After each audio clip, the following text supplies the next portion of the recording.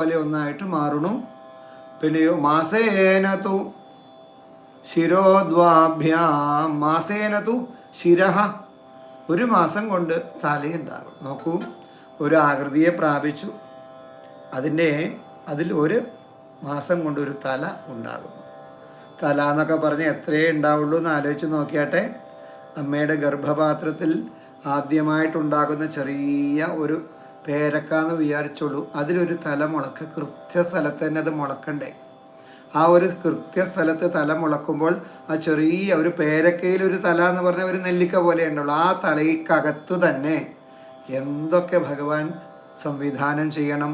2 കണ്ണ്, അതിൻ്റെ നടുവിൽ തന്നെ ഒരു മൂക്ക്, അതിൻ്റെ നേരെ താഴെ തന്നെ വായ, ആ വായിൽ 32ഓളം പല്ലുകൾക്കുള്ള സ്ഥാനം, അതിനകത്തൊരു നാവ്. നോക്കൂ, 2 ഭാഗത്ത് ചെവി, രോമം ഒരു ഭാഗത്ത് മാത്രമേ മുളക്കാൻ പാടുള്ളൂ, മുഖം മുഴുവൻ രോമം മുളക്കാൻ പാടില്ല. ഇതൊക്കെ ചെറിയ നെല്ലിക്ക പോലുള്ളതായ ഒരു ശിരസ് മുളക്കുമ്പോൾ അതിൽ ഭഗവാൻ സന്നിധാനം ചെയ്യണില്ല. ഇത്തിരി സ്ഥാനം മാറിയാൽ ആലോചിച്ച് നോക്കൂ. ഒന്നും വേണ്ട, തലയിൽ മുളക്കേണ്ട രോമം മുഴുവൻ മുഖത്ത് മുളച്ചാൽ എന്തായിരിക്കും അവസ്ഥ എന്ന് ആലോചിച്ച് നോക്കൂ.